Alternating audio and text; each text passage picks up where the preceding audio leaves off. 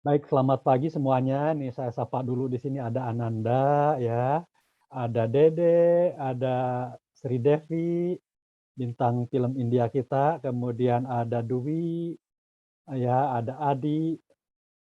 Adi ini kalau di foto DP-nya ini gambarnya Ferdy Sambo ya, Di ya? Betul ya, Di? Udah saya ganti, Pak. Udah diganti. Ya, sip. Udah diganti, Pak. Oke, terus ada Iqbal dan satu lagi nih yang akan bergabung siapa nih yang sedang connecting? Oke, ada Veronica nih. Oke ya, jadi sudah, lebih dari 5 orang. Baik, kita mulai saja ya. Assalamualaikum warahmatullahi wabarakatuh. Waalaikumsalam warahmatullahi wabarakatuh, Mas. Terima kasih, selamat pagi, salam sejahtera buat kita semua ya.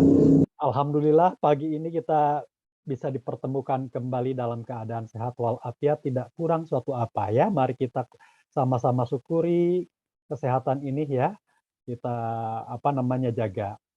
Eee Hari ini adalah, memasuki pertemuan kita yang ke-6 ya, 1 kali lagi minggu depan itu pertemuan ke-7 setelah itu kita UTS ya.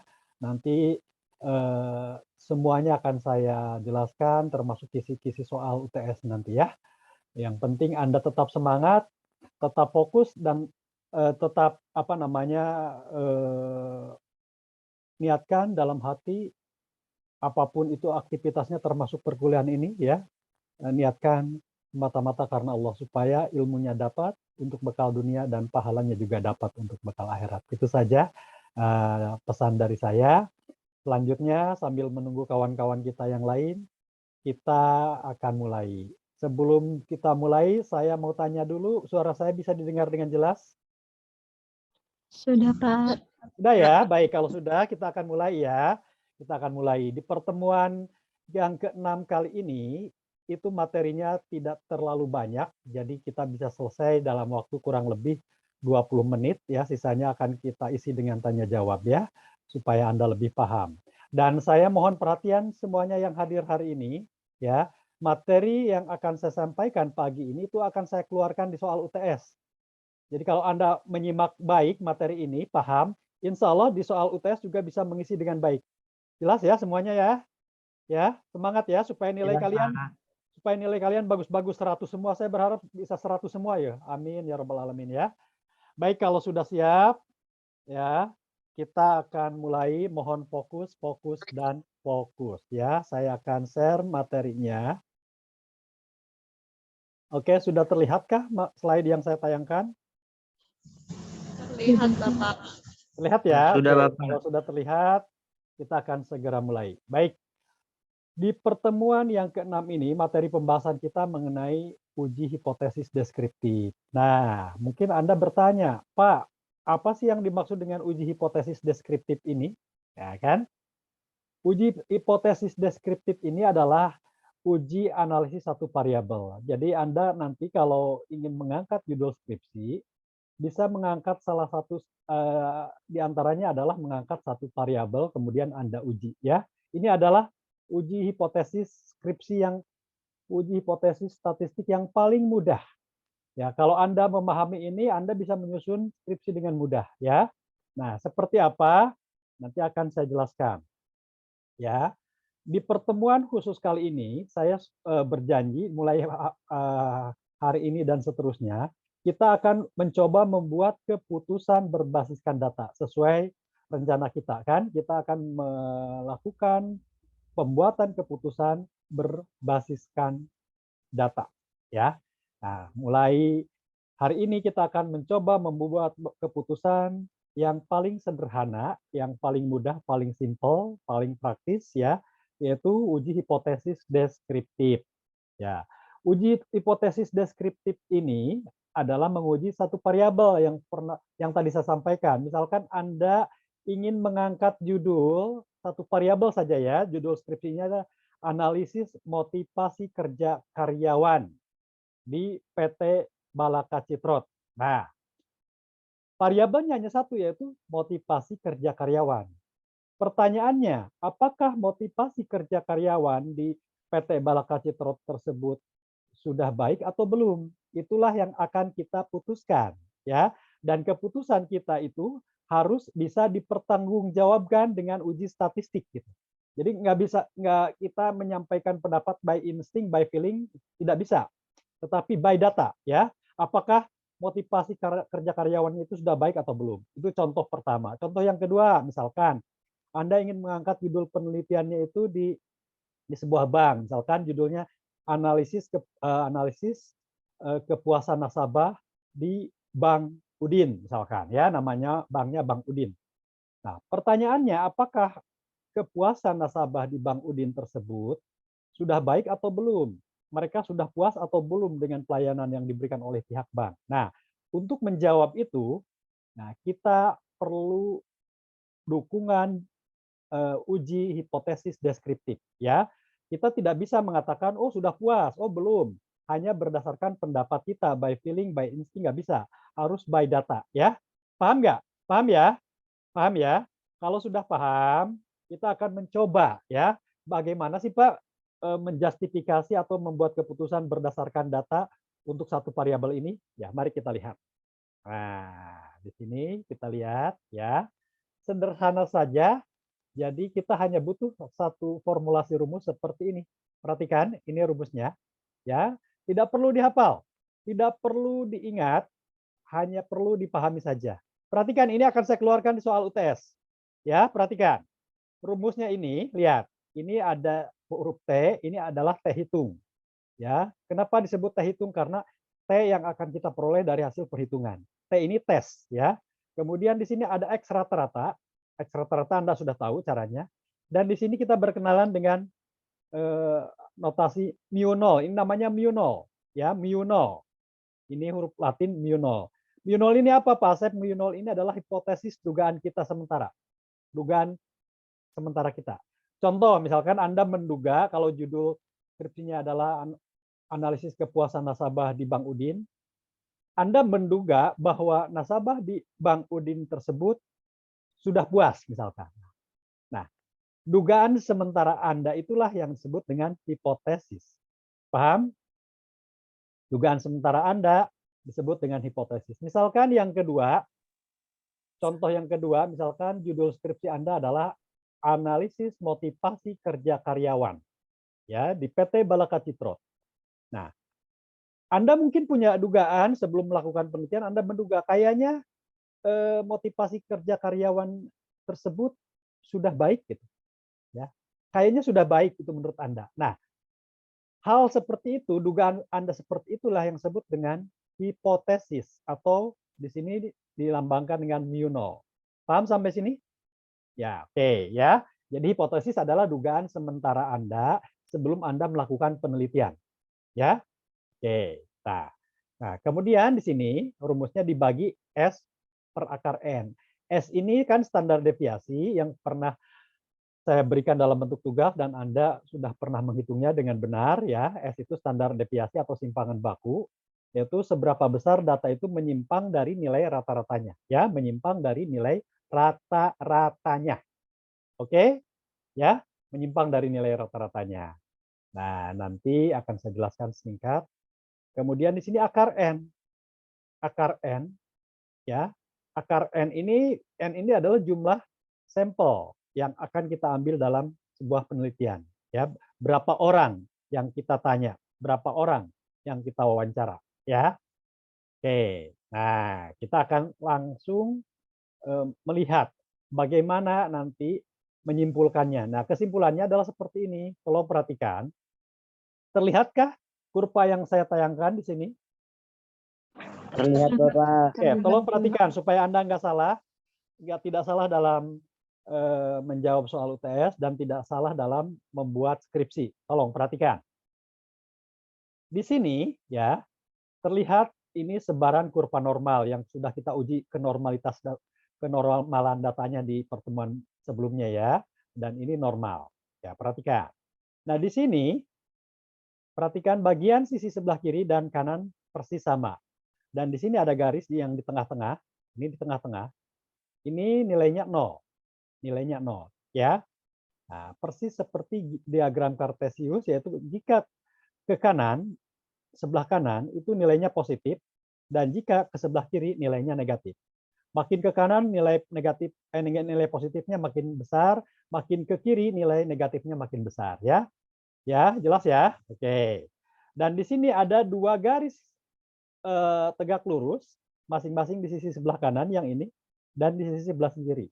Terlihat dua garis di sisi kanan kiri? Terlihat, Pak. Oke. Terlihat, Bapak. Nah, ini yang kanan ini adalah nilai T tabel, nilai T tabel positif. Sementara di sebelah kirinya adalah nilai T tabel negatif. Ya. Nilainya sama, cuman yang membedakan tandanya. Yang satu, yang sebelah kanan ini tandanya positif, yang di kiri tandanya negatif. Misalkan contoh, nilai T tabel di sini 2, di sini positif 2, di sini juga 2 tapi tandanya negatif, negatif 2. Di sini positif 2, di sini negatif 2, ya. Contoh lagi, misalkan T tabel di sini positif 5, berarti di kirinya berapa nih? Negatif 5. Benar ya, begitu ya, gampang ya, gampang ya. Oke, nah keputusannya apa? Kita ingin membuat keputusan kan? Perhatikan baik-baik, jangan sampai salah keputusannya. Di sini ya, di sini misalkan tabelnya -2, di sini +2. Nah, misalkan Anda sudah menghitung ini yang ini, hitung ini, Anda hitung, ternyata hasilnya Pak, ternyata hasilnya -3. Kalau -3 ada di mana nih? Apakah di tengah di sini, di kanan, apa di kiri? Di kiri, Bapak. Nah, berarti apa kesimpulannya nih? Daerah penolakan HO. H0 ditolak. Paham nggak? H0 itu ditolak. Paham? Paham ya? Sekarang Paham, Pak. saya ambil contoh yang kedua. Hasil perhitungan ternyata menunjukkan T hitungnya itu 5 atau positif 5. Ada di mana nih? Di kiri, di tengah, apa di kanan? Di kanan. Berarti apa di sini? Kesimpulannya apa? Sama, tolak H0 ya, tolak H0. H0-nya ditolak nih. Hipotesis Anda ditolak. Hipotesis Anda ditolak. Sekarang contoh yang ketiga. Misalkan hasil perhitungan Anda, nilai T hitungnya itu 1. 1. Ada di mana nih? Di kiri, di tengah, apa di kanan? 1. Ini kan -2, ini 2. 1 ada di mana nih? Tengah. Nah, di tengah, di sini, di antara T tabel negatif dan T tabel positif. Berarti kesimpulannya apa nih? Daerah penerimaan H0 diterima atau hipotesis Anda diterima. Sampai sini paham? Oke. Supaya lebih jelas, kita akan langsung ke contoh soal. Nah, ini contoh soalnya ya. Nah, dan supaya lebih jelas lagi, saya akan bentuk, saya akan mengangkat contohnya itu yang ada datanya, angkanya ya. Misalkan penelitian Anda, perhatikan di sini. Misalkan judul penelitian skripsi Anda adalah untuk mengetahui daya tahan berdiri pramuniaga. Pramuniaga itu pelayan ya, yang di supermarket, yang di mall ya, dan Anda Indomaret, Alfamart itu pramuniaga ya. Misalkan Anda ingin mengetahui pelayan atau pramuniaga itu kemampuan daya tahan berdirinya berapa lama sih? Kan kita tidak dikasih kursi untuk dudukan. Nah, berapa lama? Anda menduga, misalkan dugaan saya sih Pak 7 jam Pak. Nah, boleh. Atau dugaan Anda 5 jam Pak, boleh. Nah, saya ambil contoh di sini. Ya, contoh dugaan saya ini 4 jam per hari. Jadi ini hipotesis saya H0 itu adalah 4 jam per hari. Ya, ini contoh ya, contoh. Sampai sini paham? Anda buat hipotesis 4 jam per hari? Ya. Oke, rata-rata daya tahan berdiri pramuniaga adalah 4 jam per hari. Itu menurut dugaan kita. Mungkin nggak dugaan kita meleset? Mungkin. Mungkin. Bisa, Kalau Pak. mungkin, kita harus sediakan hipotesis alternatifnya, yaitu HA. HA itu hipotesis alternatif. Bunyinya adalah bahwa daya tahan berdiri pramuniaga ya tidak sama dengan 4 jam per hari. Sampai sini paham? Alternatifnya adalah kebalikannya, bahwa daya tahan berdiri pramuniaga tidak sama, tidak atau bukan 4 jam per hari. Bukan. Ya, itu alternatifnya. Bisa lebih dari 4 jam, bisa kurang dari 4 jam. Itu alternatifnya kan? Ya, karena rata-rata 4 jam misalkan ternyata meleset, berarti dugaan alternatifnya yang diterima bisa lebih atau kurang dari 4 jam. Oke, sampai sini paham hipotesis, membuat hipotesisnya? Ya, nanti Anda Paham. oke. Kita lanjut sekarang dengan perhitungannya. Nah, perhitungannya lihat. Langkah pertama, Anda hitung nilai X rata-ratanya. Ini X rata-ratanya. Anda udah tahu caranya, ya. Anda harus hitung. Berarti kita harus mengumpulkan dulu dong datanya, lakukan penelitian, ya, terjun ke lapangan, tanya pramudiaga satu orang, dan minimal yang kita tanya adalah 30 orang. 30 orang dalam statistik minimal. Nah, di sini saya lebihin 31 orang yang saya tanya. Ya. Nah, orang pertama menjawab rata-rata saya berdiri 3 jam, Pak, paling kuat. Orang kedua 2 jam, dan seterusnya. Ada yang 7 jam mampu berdiri, ya tidak pernah duduk. Ada yang 8 jam, dan seterusnya. Pokoknya begini, ini ada 31 orang yang saya tanya. Nah, langkah pertama sesuai rumus ini, lihat, sesuai rumus ini, itu adalah yang dicari adalah nilai rata-ratanya. Nih, nilai rata-ratanya Anda cari. Ya. Caranya bagaimana? Anda jumlahkan saja ini semuanya, 3 tambah 2 tambah 3 dan seterusnya sampai dengan selesai, baru dibagi dengan jumlah orangnya. Jumlah orangnya atau jumlah sampelnya ada 31 orang. Dibagi 31 orang, ketemu nilai rata-ratanya adalah 4,645. Oke, paham sampai sini mencari nilai rata-rata? Paham. Oke, lanjut sekarang cari nilai standar deviasi. Standar deviasi atau simpangan baku. Ini sudah pernah Anda lakukan di tugas pertama, ya. Lihat caranya adalah setiap data dikurangi nilai rata-ratanya, kemudian dikuadratkan. Diulang terus-menerus untuk data kedua, dikurangi nilai rata-ratanya, dikuadratkan, dan seterusnya sampai dengan selesai. Masih ingat kan? Kemudian baru dibagi N-1. N-nya ada 31 orang, dikurangi 1 dulu. Ya. Tetapi ingat, jangan lupa nih di soal, jangan lupa, perhatikan saya garis bawahi. Jangan lupa nanti di akhirnya diakarkan, di sini ada akar loh. Akar paling terakhir diakarkan, ya. Kenapa ada mahasiswa kakak kelas Anda yang lupa tidak diakarkan, ya jadi salah ngitungnya. Kan di sini ada akar. Tuh di rumusnya ada akarnya, ya. Nanti setelah hitung selesai baru diakarkan terakhir. Sampai sini paham ya, diakarkan ya. Nah, setelah diakarkan, ketemulah nilai S-nya itu 1,81. Ya. Nah, oke, ini adalah hasil akhirnya. Standar deviasi adalah 1,81. Sampai sini paham untuk mencari standar deviasi atau S? Paham, Nah, Bapak. oke, kita lanjutkan dengan perhitungan terakhir, ya, yaitu masukkan ke dalam rumus tadi. Ini rumusnya tadi. Ini rumus saya hitung, ya. X rata-ratanya berapa? Saya tanya X rata-ratanya berapa? 4,645. Nah, masukkan ke sini, masukkan ke sini. Kemudian mu0-nya, hipotesis Anda atau dugaan sementara Anda berapa? Anda menduga 4 jam per hari itu dugaan Anda ya. Nah, 4 jam per hari. Kemudian S-nya berapa dibagi S? S-nya berapa? 1,1. Ya, nanti Anda ujian UTS lihat seperti ini, masukkan ke sini. Baru terakhir dibagi akar N. N-nya ada berapa? 31 orang. Nah, Anda hitung dulu ya, hitung. 4,645 dikurangi 4, kemudian hasilnya dibagi 1,81, kemudian hasilnya lagi dibagi akar 31. Ya, cari dulu akar 31-nya berapa di kalkulator ya, cari ya. Oke, barulah ketemu hasil akhirnya nilai teh hitung ini berapa? 1,98. Oke, sampai sini Anda paham mencari teh hitung? Paham, Pak. Paham ya? Oke. Sekarang Anda tinggal membuat keputusan terakhir. Ya, kan kita kan membuat keputusan. Ya, membuat keputusan. Caranya bagaimana? Caranya sederhana. Lihat. tabelnya. Jadi kalau kita ingin membuat keputusan, kita harus membandingkan antara hasil perhitungan dengan tabel. Ya, di sini hasil perhitungan T hitungnya adalah 1,98. Kemudian T tabelnya berapa? Nah, perhatikan, lihat T tabel. Terlihat T tabelnya? Terlihat, Pak.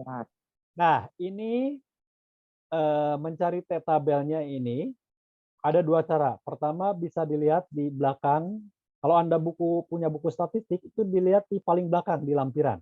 Ada, ya. Tapi Anda lihat yang T tabel. Kan tabel tuh banyak. Ada T tabel, ada R tabel, ada F tabel, ada T kuadrat tabel. Anda lihat yang T tabel. Ya, T tabel. Lihat. Nah, bagaimana kalau saya tidak punya buku statistik, Pak? Anda bisa searching di Google.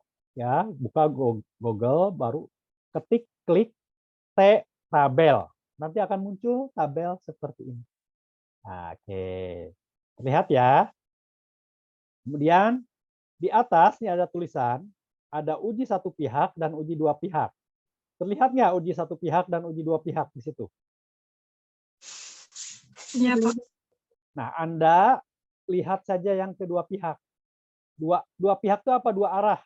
Kan kita melihat dua arah. Perhatikan, dua arah ke kiri dan ke kanan. Ya, itu yang saya maksud ya. Kita ada dua arah di sini, berarti Anda tandai yang dua arahnya. Nah, di situ ada pilihan angka, ada tingkat kesalahannya itu dari mulai 0,1%, 0,02%, 0,05, ada 1%, 2%, 5%, 10%, 20%, 50%. Nah, Anda lingkari yang 5% atau 5/100 atau 0,05. Ini Anda lingkari ya. Yang lazimnya di sini hasil penelitian itu baik skripsi, tesis, disertasi, tingkat kesalahannya selalu mengambil yang 5% atau 0,05. Ini Anda lingkari. Kemudian saya tanya, sampel yang saya tanya berapa orang tuh? Datanya. 31. Anda jangan lupa kurangi 1 dulu. Nah, ketemu angka 30. Anda lingkari lagi di sini. 30-nya lingkari. Ya. Setelah Anda lingkari dua-duanya, baru Anda tarik lurus yang satu ke bawah, yang satu ke samping. Nanti akan ketemu angkanya di angka berapa nih? 2,042.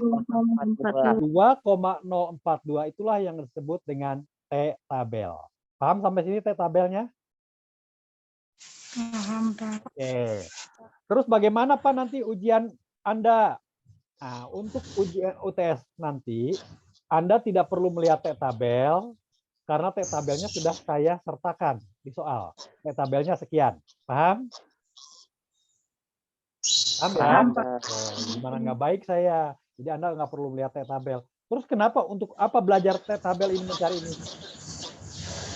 Mencari T tabel ini diperlukan Anda pada saat Anda menyusun skripsi nanti. Paham?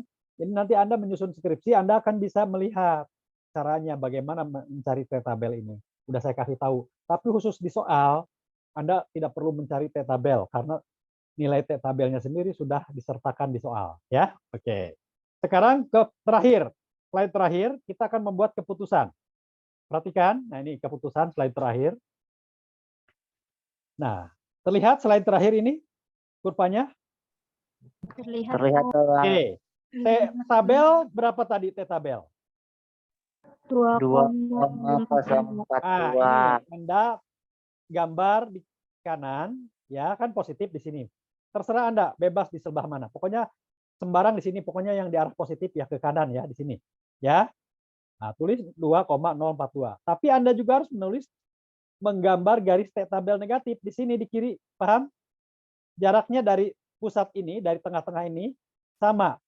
Jaraknya dari 0 ke T tabel positif dan dari 0 ke T tabel negatif kurang lebih jaraknya sama. Anda bikin garis tegak lurus di sini, tapi nilainya adalah negatif, 2,042. Sampai sini paham?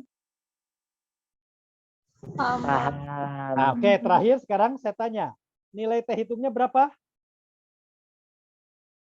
1,98. Oke, kira-kira ada di mana? Ada di kiri, ada di kanan, apa ada di tengah? Di tengah, Pak. Di tengah, di antara minus 2,042 dan di antara 2,042. Di tengah ya di sini ya. Berarti apa keputusannya nih? Daerah Menerima honor. Hanol. Jadi hanolnya diterima. Apa bunyi hanolnya mundur ke belakang? Bunyi hanolnya gimana nih? Nih hanol. Bunyinya gimana? Daya tahan berdiri pramuniaga itu adalah 4 jam per hari sama dengan 4 jam itu per hari. kesimpulannya. Jadi daya tahan berdiri pramuniaga adalah 4 jam per hari, itu kesimpulannya. Sampai di sini paham kesimpulannya itu? paham, Pak. Oh, nanti ada kesimpulannya di soal ujian begitu. Ya, jelaskan sampai dengan dalam bentuk kalimat. Itu selesai nih materi kita. Nah, nanti tugasnya Anda kerjakan sebagai latihan supaya apa? Kalau Anda mengerjakan tugas ini benar, maka insya Allah UTS juga benar. Ya, berapa lama saya kasih waktu? 2 minggu dari sekarang sebelum UTS ya. Ya, boleh dikirim nanti habis ini dikerjakan boleh. Nanti malam boleh, besoknya boleh, minggu depan boleh, tapi maksimal saya kasih waktu 2 minggu ya. Ya. Kalau tugasnya betul saya kasih 100. Berarti otomatis di UTS juga akan bisa mengisi soal. Ya. 100 juga. Nah, cuma nanti angkanya saya dibedakan, akan saya rubah sedikit angkanya ya. Tapi caranya persis sama ya gitu. Nih, ada pertanyaan kah? Silahkan sekarang. Misalkan contoh Pak, bagaimana nanti kalau sebentar. Pak, bagaimana seandainya teh hitungnya itu nilainya itu -3. Nah, kesimpulannya apa kalau teh hitungnya -3? Ada di mana nih? Ada di kiri. Di penolakan hal apa yang di kiri, Pak? Kiri berarti Daerah penolakan Hanol. kalau Hanolnya ditolak berarti yang diterima yang mana? Yang HA, Pak. HA. Apa bunyi HA? Daya tahan berdiri pramuniaga bukan 4 jam. Kan tidak sama dengan ya, bukan 4 jam. Ya. Berarti bisa lebih, bisa kurang kan? Begitu kesimpulannya. Jelas? Jelas, Pak. Jelas. Sekarang kita akan buka sesi tanya jawab, tapi saya akan ambil dulu fotonya ya. Saya akan ambil dalam hitungan yang ketiga ya. Siap? Siap? 1, 2, 3. Oke. Saya akan simpan dulu ya sebelum sesi tanya jawab, saya akan simpan. Nah, fotonya untuk bukti SSO dan saya akan share nanti di grup.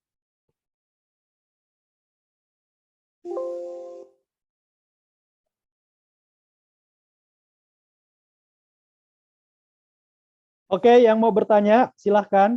Di sini masih tersedia waktu kurang lebih 10 menit lagi ya. Yang mau bertanya. Adakah yang mau ditanyakan supaya nanti Anda paham saat mengisi soal ujian UTS dan saat menyusun skripsi? Oke, misalkan gini Pak, bisa nggak Pak? Saya mau nanya, Pak. Silakan Iqbal. Iqbal, Pak, mau nanya. Ya, Bang Oleh. Iqbal mau nanya, Pak. Ya, Iqbal. Silakan Iqbal. Tadi di tabel yang tabel kan ada tuh yang 5%, 20%. Itu tadi kan ada yang orangnya itu kalau di gambar sebelah kiri kan ada yang 30, 20 gitu. Kalau di situ angkanya nggak ada, kita ngambil yang mana, Pak? Yang terdekat aja. Oke, saya tunjukkan nih. Ya. Oke. Di tabel ya? Iya, Pak. Bagus pertanyaannya Iqbal nih. Ini kan, misalkan, ya, Pak. Kan, misalkan datanya 50. Kan nggak ada tuh angkanya. Nggak ada. Nanti akan dihitung yang terdekat. Pakai interpolasi. Pakai interpolasi nanti akan saya jelaskan. Ya, tidak sekarang ya. Ya, tidak akan saya. Ya. Oke, Pak. Karena butuh waktu untuk menghitung interpolasinya. Bagus pertanyaannya kamu Iqbal, berarti kamu udah paham. Ya. Kamu udah paham nih. Ya. Tapi kalau belum paham, ambil yang terdekat saja Iqbal sama aja, ya. Oke, Pak. Oke, sip. Oke. Bagus nih, ada lagi yang mau ditanyakan? Misalkan begini, Pak, saya Bisa nggak saya melakukan penelitian ingin mengetahui pacar saya itu tipe laki-laki setia apa tidak? Nah, bisa. Uji di hipotesis deskriptif ini bisa dilakukan. Caranya bagaimana? Anda kumpulkan data untuk 31 orang, 30 orang minimal. Siapa? Tanya teman-temannya, sahabatnya, adiknya, kakaknya, saudaranya, ya, termasuk musuhnya. Misalkan pacar kalian itu tipe laki-laki setia tidak? Nah, ternyata nanti muncul datanya. Nah, itu bisa diuji. Oh, ternyata setia, apa hasil uji deskriptif menyatakan dia setia. Setiap tikungan ada setia. Ya, enggak benar setia ya. Setia. Ya. Jangan ya. Oke. Silakan yang lain mau bertanya enggak? Ada yang mau ditanyakan? Dwi Astuti, Nadila, Dede, boleh, Puspita, Veronica, Ananda, Tiara, Adi, Erika, Dini ya. Ini untuk kelas pagi semua ya.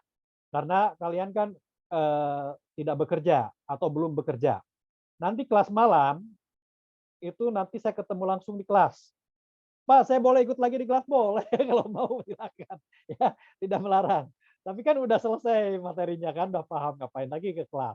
Ya, cukup di sini saja. Kalau ada cara yang mudah, ya Zoom meeting ngapain ke kelas gitu ya. Di sini. Ada lagi silakan yang mau ditanyakan.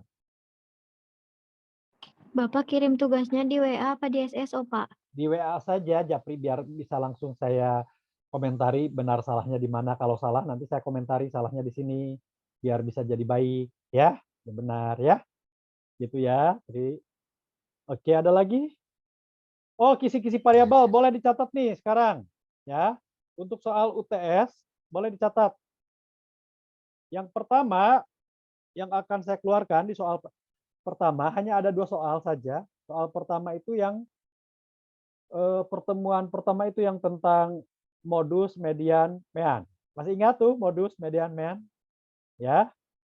Ya, tapi data berbaris bukan data bergolong dalam tabel. Tabel agak rumit, yang berbaris aja yang mudah ya. Yang mudah. Apa itu modus? Modus itu kan singkatan, modal dusta. Modal dusta. Apa median? Merana ditinggal sendirian. Aduh, kasihan. Median. Median tuh nilai tengah ya. Dan ada lagi mean. Mean itu apa? Melamun sendirian ya. Itu soal pertama. Dan soal keduanya ini yang pertama yang barusan kita bahas, ini soal kedua ya. Nah, Pak, boleh nggak saya nyontek? Iya, memang nyontek nanti ke contoh soal ini yang saya jelaskan, nanti boleh lihat ya caranya. Tapi datanya jangan dicontek semua, kan udah saya rubah ya. Pak, boleh nggak bekerja sama? Silahkan, asal tanggung jawab. Kalau orang yang diajak kerjasamanya salah, Anda siap-siap salah. Ya, itu namanya bertanggung jawab. Ya, misalkan Iqbal nih nyontek sama Dede. Ya, ternyata Dedenya salah, Iqbal siap-siap salah. Atau Dede nyontek sama misalkan si Depi salah, Dede harus siap salah gitu. Ah, saya nggak mau salah, Pak. Saya pengen belajar sendiri, percaya diri, bagus ya. Jadi percaya dengan kemampuan sendiri. Sip. Ada lagi yang mau ditanyakan? Ini waktunya tinggal 5 menit lagi. Bapak, Dede izin bertanya, Ya, Pak. Dede silakan, Dek. Pak, kalau misalkan hasilnya negatif, itunya ditulisnya di tengah sebelah kiri atau di mana, Pak? Ditulis di kurvanya. Akan saya tunjukkan contohnya ya. Oke, terlihat nggak, Dek, ini apa? Sebentar, Dek ya, sebentar, Dek. Nah, terlihat nggak grafiknya? Terlihat, Pak. Misalkan ini, Dek, ini T-tabelnya ini yang ini aja ya. T-tabelnya minus 2,042 dan 2,042. Paham ya, Dek? Iya, Pak. Oke, misalkan T hitungnya adalah minus 1, kata Dede. Minus 1 ada di mana tuh, Dek? Di sebelah kiri. Apa maksudnya di sebelah kiri T-tabel negatif, di sebelah kanan T-tabel positif, atau di antara T-tabel negatif dan T-tabel positif? Di antara T-tabel positif. Nah, di antara kan, kalau di antara, maka ini lihat keputusannya apa? Daerah penerimaan HO. H0 diterima, berarti hipotesis Dede diterima. Paham? Berarti Paham, daya Pak. tahan berdiri 4 jam. Sekarang saya tanya lagi, Dede. ini tetap seperti ini ya, T tabelnya minus 2,042 dan 2,042 ya. Ternyata T hitungnya adalah minus 5, D. Nah, minus 5 ada di mana, D? Minus 5 ada di sebelah kiri T tabel negatif, ada di sebelah kanan T tabel positif, atau ada di antara T tabel negatif dan T tabel positif? ada masih di antara, Pak. Minus 5, D. Di sebelah kiri. Nah, di sebelah kiri T tabel negatif kan? Di sini kan? Ya, Karena minus 5 ada di kiri. Berarti kesimpulannya apa nih, Dek? penolakan HO. Jadi H0-nya ditolak, hipotesis 0-nya ditolak, Dek. Ya? Paham ya, Dek? Ya, Itu ya, yang Pak. belajar negatif. Yang satu negatifnya ada di antaranya, yang satu di sebelah kiri kan? Kesimpulannya beda kan? Keputusannya ya. Oh iya. Jelas ya, Iya, Dek ya? Pak. Oke, jelas. Terus, Sip. Ada lagi yang mau ditanyakan? Adakah yang mau ditanyakan? Di, ada pertanyaan, Di? Aman, Pak, insya Allah. Aman. Sekarang saya yang bertanya sama Adi. Kenapa DP-nya diganti? Kenapa DP-nya diganti? Takut di komen sama Bapak, kan mau mulai juga. Bisa aja loh. Oke dah. Siapa lagi yang mau Maaf, bertanya nih? Abang ya, Pak, lagi kerja. Oke, siap. Siapa lagi yang bertanya? Puspita, ada pertanyaan? Erika, boleh? Tiara, Nadila, Alisa, Ananda, boleh? Ada waktu, masih ada waktu nih sekitar 2 menit lagi ya, tinggal 2 menit lagi ya. Oke, kalau udah paham semua, insya Allah berarti aman ya. Aman ya. Kita akan akhiri saja, kita akan closing ya. Mudah-mudahan apa yang saya sampaikan ini bisa dipahami dengan baik. Kalau belum, boleh nanti ditanya Japri atau apa di grup ya. Yang penting saya pastikan Anda paham supaya supaya bisa mengerjakan soal UTS dengan baik ya. Harapan saya 100 semua nih. Amin ya, amin ya. Oke. Itu saja dari saya, kurang lebihnya mohon maaf. Wabillahi taufik wal hidayah. Wassalamualaikum warahmatullahi wabarakatuh. Waalaikumsalam warahmatullahi wabarakatuh. Oke, salam sehat, salam sukses, salam bahagia selalu ya. Oke. Sampai ketemu minggu depan. terima kasih, Pak. Sama-sama.